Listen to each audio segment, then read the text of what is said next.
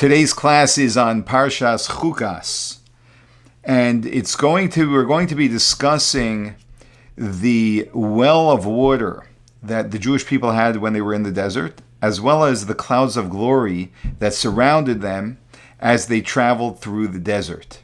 And this is another fascinating analysis that the Rabbi does on this subject, and of course always brings out a very fascinating observation and lesson that we can learn and apply to our lives from what we learn about the clouds of glory in particular. So we know that the Jewish people, the Talmud actually tells us that the Jewish people we know there was a rock that right at the beginning of the Jewish people's journey in the desert, Moses was instructed to hit the rock, which he did. Water came out, and that became the water supply for the millions of Jews in the desert for 40 years. And the Talmud tells us that the Jews merited to have this special convenient supply of water in the merit of Miriam, Moshe's sister, who was a righteous prophetess. And the Torah tells us, and the Talmud tells us as well, that the clouds of glory which the Jewish people had, which surrounded them and served multiple functions, as we'll discuss soon, for them, was there in honor of Aaron, the brother of Moshe, who became the high priest.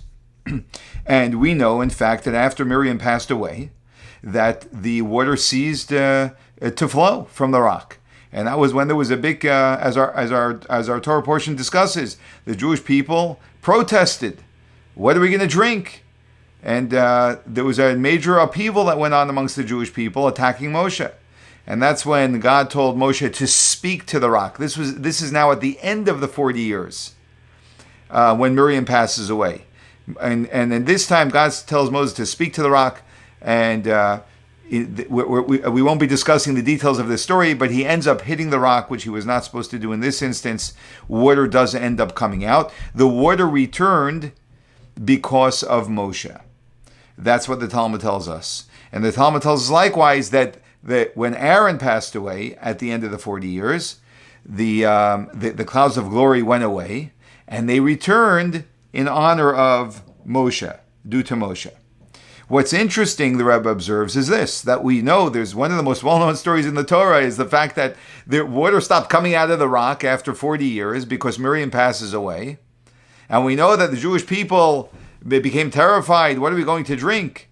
Are we supposed to die here in the desert from thirst?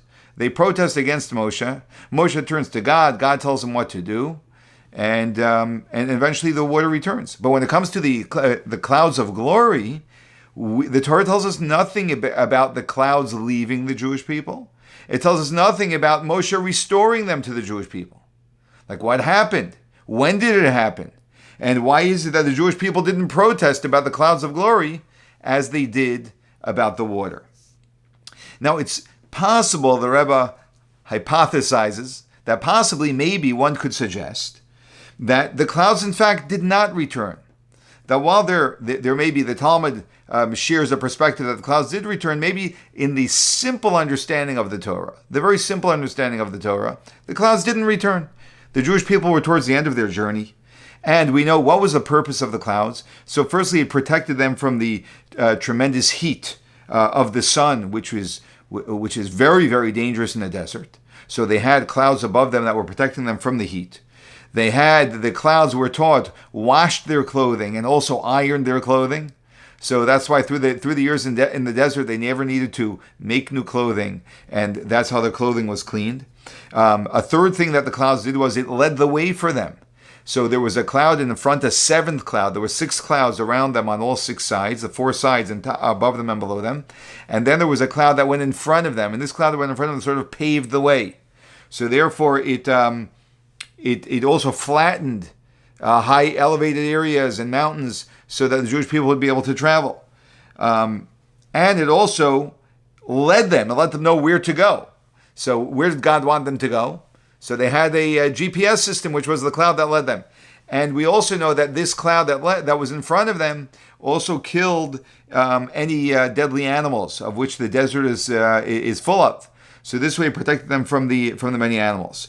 So Possibly, here we are, the Jewish people are at the end of 40 years in the desert. They're already next to the land of Edom. They're right in Transjordan, ready to enter Transjordan, from which they would end up going into the land of Israel. So they're right near civilization. Once you're near civilization, firstly, Aaron passed away right in the middle of the summer, just a few days before the middle of the summer. Right after the middle of the summer, the heat begins to decline. So they no longer need the heat, the protection from the heat as desperately.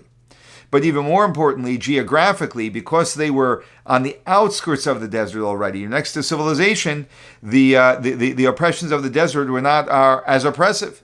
So possibly they no longer needed the clouds for that purpose. They were now next to civilization. They can buy clothing. So they no longer need the clouds of glory to wash their clothing, make sure it grows with them, as we're taught that the clothing grew with them. Although that had nothing to do with the clouds of glory, the fact that it grew with them.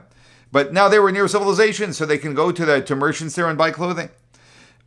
And they were now in civilization. You have roadways, so they can follow the roadways. They no longer need the clouds of glory to actually lead the path for them.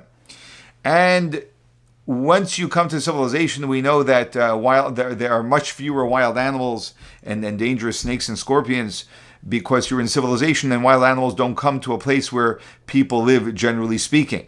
So therefore, they would no longer need that protection. So possibly, on a very simple level, and Rashi, who's the primary commentator on the Torah, the purpose of his commentary, as he states, is to simply explain the story of the Torah, or the information the Torah is giving us, the law the Torah is giving us, the simple understanding of it, without getting very complex about it. So it could be that Rashi just simply is letting us know that the clouds of glory didn't return. And they didn't return because it was no longer needed. Very simple. But the Rabbi says that this really is not an explanation which is an acceptable explanation. And the reason why is because the Jewish people did need the clouds of glory to continue to protect them. Because firstly, they did need to know which way to go, even if there are roadways. Which road should we take? Should we go to the right or go to the left? The front cloud was the one which directed them on where to go. Another interesting thing, which is important to know, and one of the beautiful things that the Rebbe does when he analyzes a situation in the Torah, is that he brings every single detail and aspect into the story, so that no stone is left unturned, and the explanation that we come out with is a completely wholesome explanation.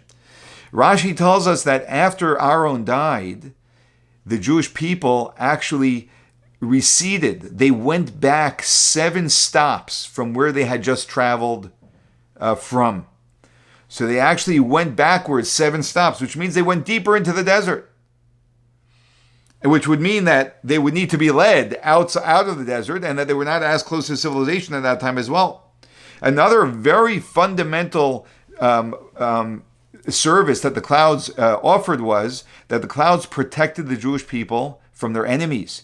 And you may remember this when the Jews left Egypt and the Egyptians were shooting arrows at them. It was the cloud of glory that caught them and shot them back. They were completely protected.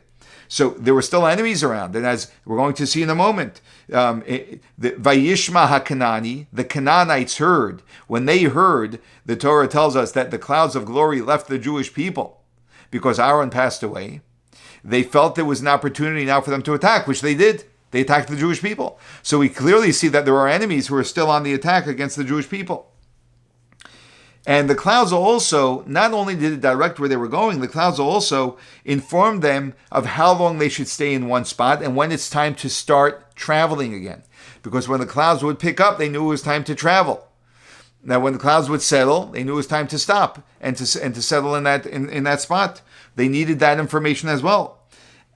And most importantly, that Rashi mentions in next week's Torah portion that the clouds mentions that there were clouds following Aaron's passing. So we actually do know that the clouds didn't just go away, that the Jewish people still had the clouds even after Aaron passed away, and we are taught that the clouds left because Aaron passed away, but then they returned.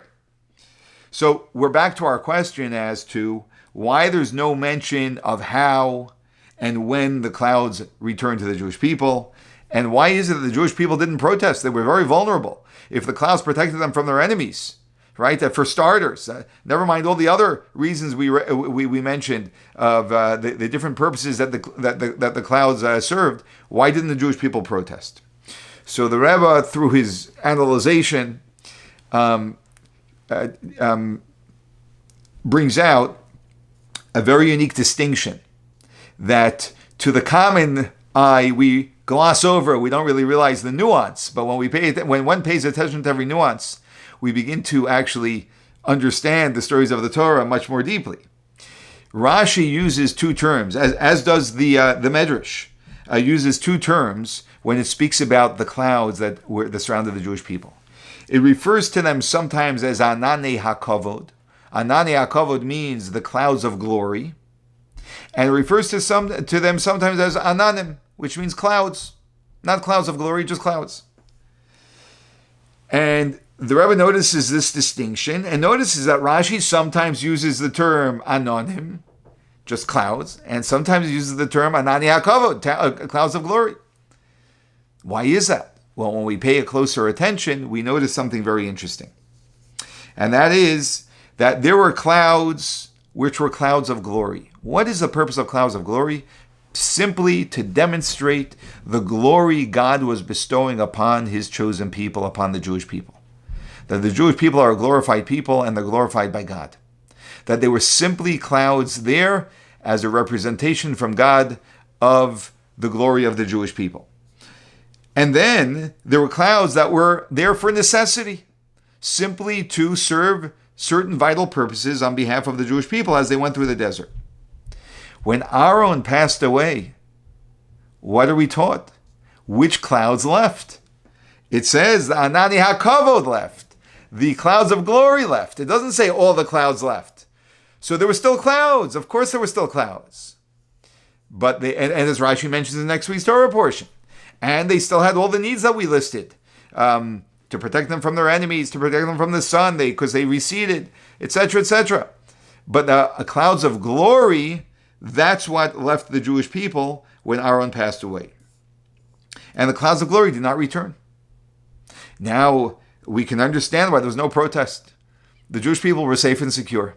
It's nice to have glory, to be glorified by God. Beautiful. But it wasn't, we see, when the Jewish people protested and complained throughout the desert, it was always when they felt that their lives were in danger. Here, their lives weren't in danger. There was no reason to protest. We can assume that they would have loved that the clouds of glory had been there, but as long as they had the clouds that were protecting them, that's fine.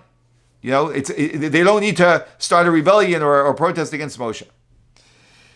Now, also interestingly, parenthetically, there's a commentator called the Re'im who asks a very interesting question.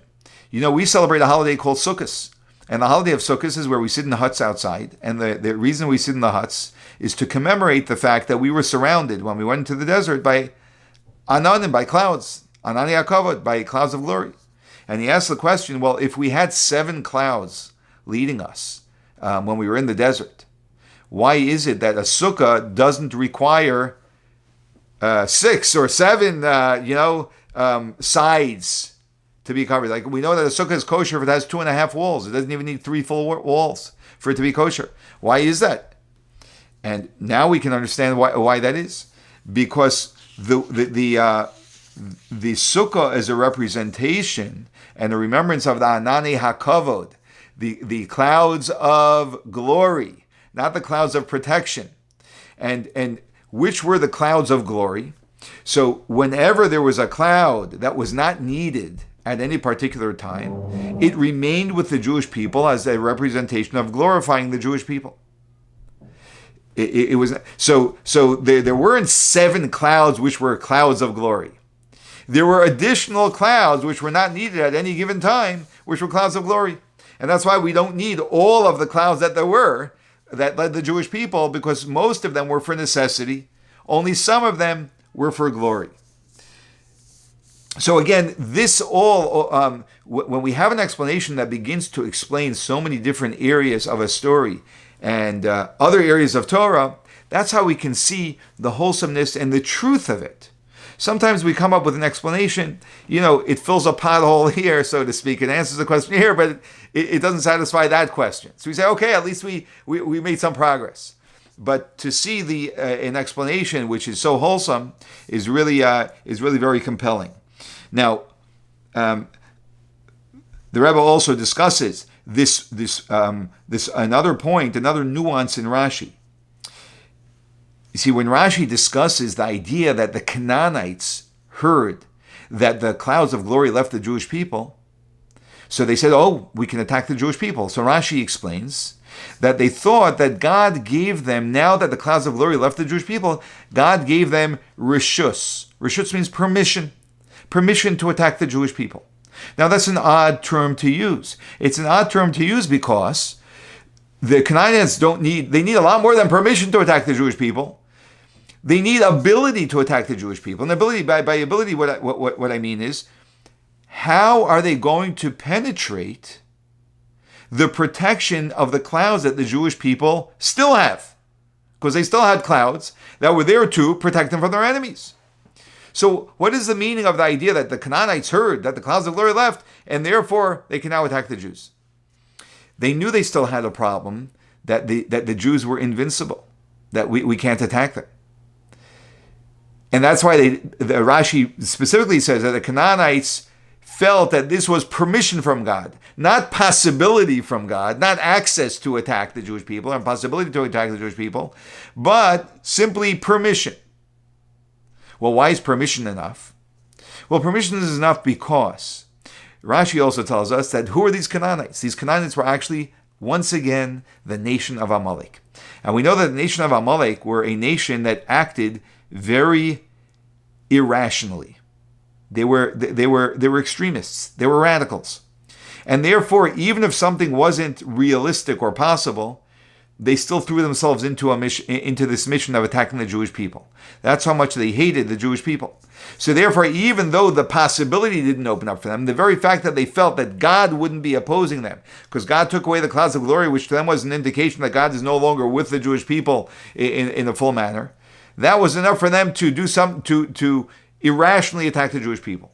Additionally, we know that just as we know with the original story of the attack of the Amalekites against the Jewish people when we first came out of Egypt, that who did they attack if we had the clouds of glory surrounding us? So we know that there were certain Jews that if they did something inappropriate, the clouds would not protect them because they did something very inappropriate and they were, so to speak, pushed out of the cloud arena and lacked protection. And those were the people that the Amalekites attacked.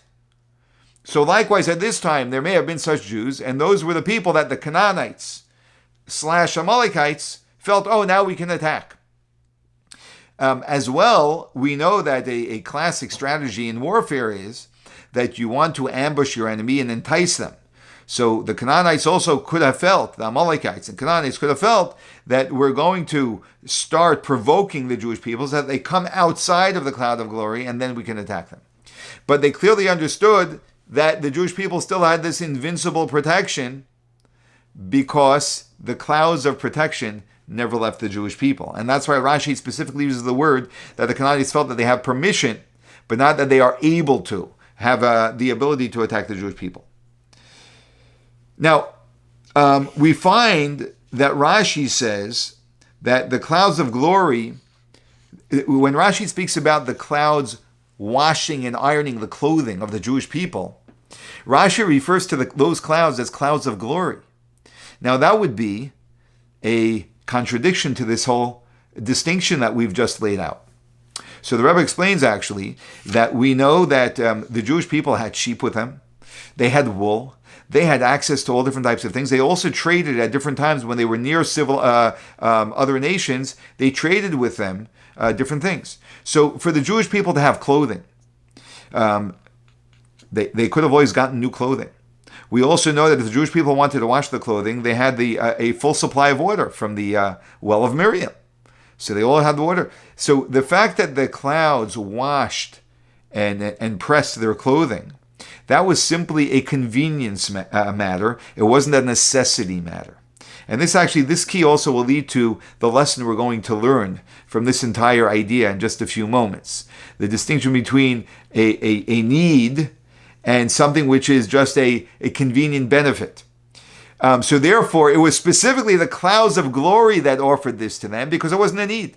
The clouds, not the clouds of glory, but the clouds were there for necessity. Clouds of glory were not there for necessity, but to glorify the Jewish people. And one of the ways you glorify someone is when you give them something that they don't need. It's something that would just be an added benefit, a bonus. It was simply a luxury. So now, if the water returned in the merit of Moshe, why in fact didn't the clouds of glory return in the merit of Moshe? So here we get to a very essential point. You see, the clouds of glory were given to the Jewish people in the merit of Aaron. What does that mean when we say that something shows up for the Jewish people in the merit of Aaron? That means that Aaron was a righteous man. He was a holy man devoted to God. His relationship with God was sound and primary in his life. And in the merit of that, in the merit of the mere fact that the Jewish people had in their presence such a person, they benefited from the presence of Aaron, and the benefit showed up in the form of clouds of glory. Likewise with Miriam. Miriam was a very righteous woman. She was a prophetess. She was the one who, without her, Moses would not have been born, would not have survived being put in the Nile. She was a great, great woman.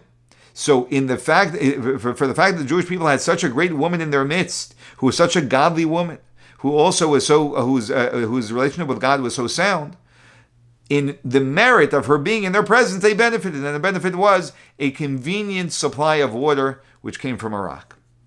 But Moshe was different. Moshe was different because what Moshe brought to the Jewish people was not simply a merit that because Moshe was a great man, the Jewish people benefited.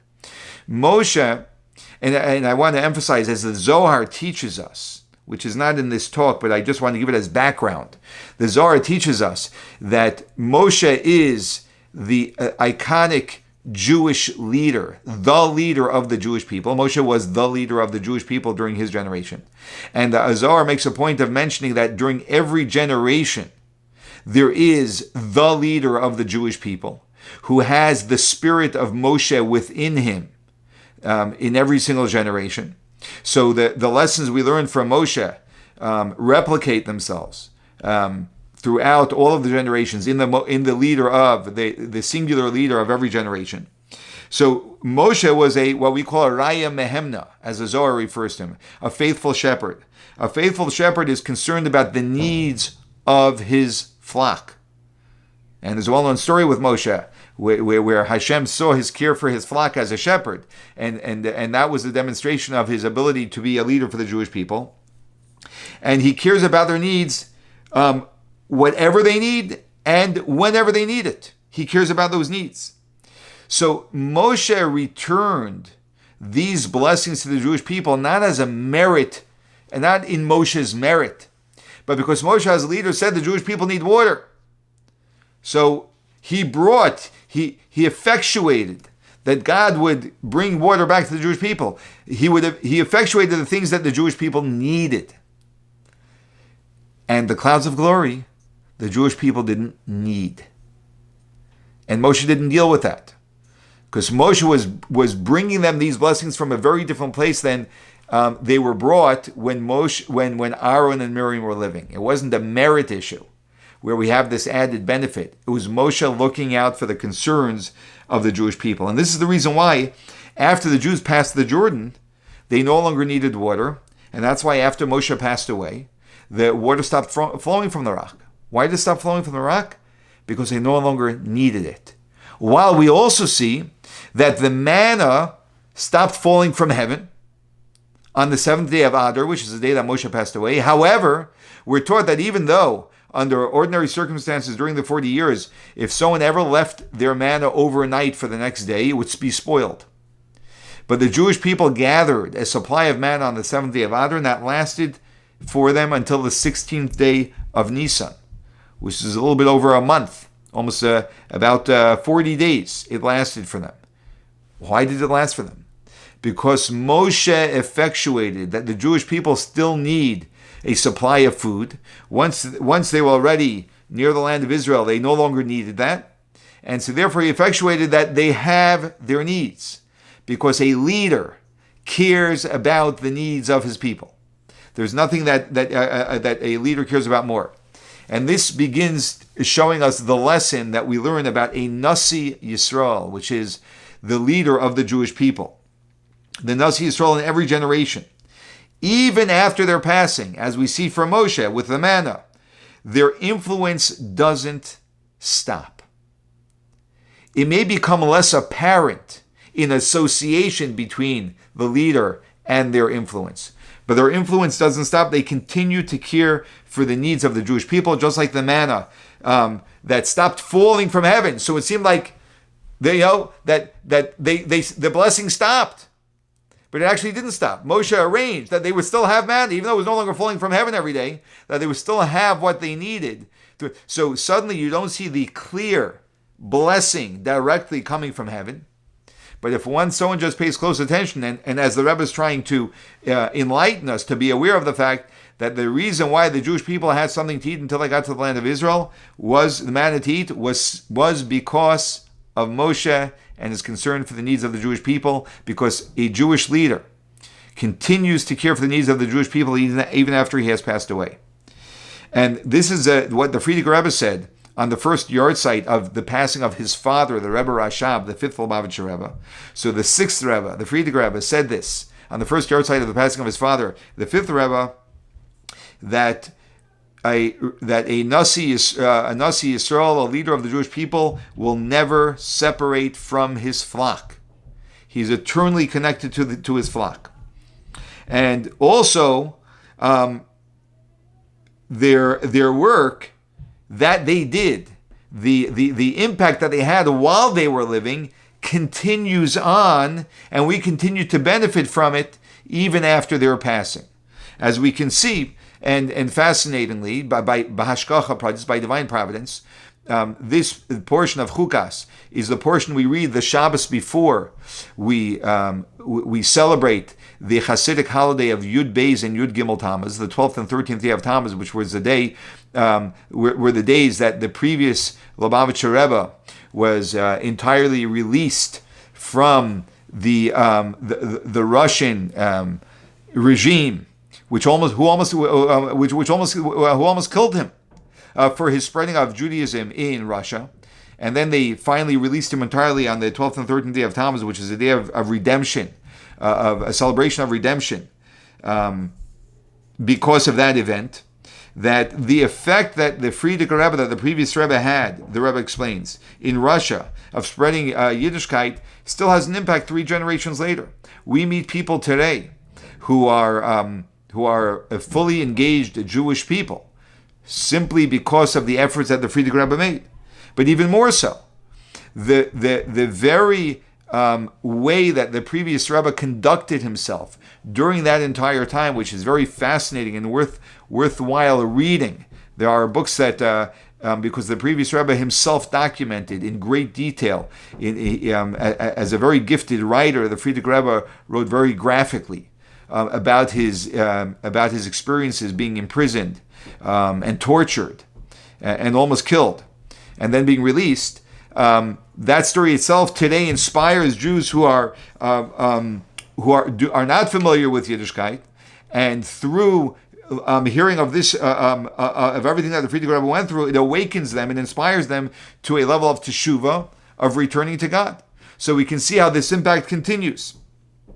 And through every one of us using these auspicious days of the 12th and 13th day of Tammuz to strengthen and spread Yiddishkeit, which is what that entire day is associated with, and including and specifically spreading the teachings of Chassidus, which we know that the Baal Shem Tov, when the Baal Shem Tov, he once had, as the great mystic that he was, there were times that his soul would enter into a very elevated state where he would have access to realms which are beyond the common person. And once when his soul ascended to levels and realms which are beyond us, he was in a heavenly realm, and he saw the chamber of Mashiach, is what it's referred to. And in this chamber of Mashiach, he asked Mashiach, Emasai ka'asimar, when is our master going to come? When is Mashiach going to come and usher in the Messianic era? And Mashiach responded to him, when you will spread the well springs of Hasidic teachings throughout the entire world.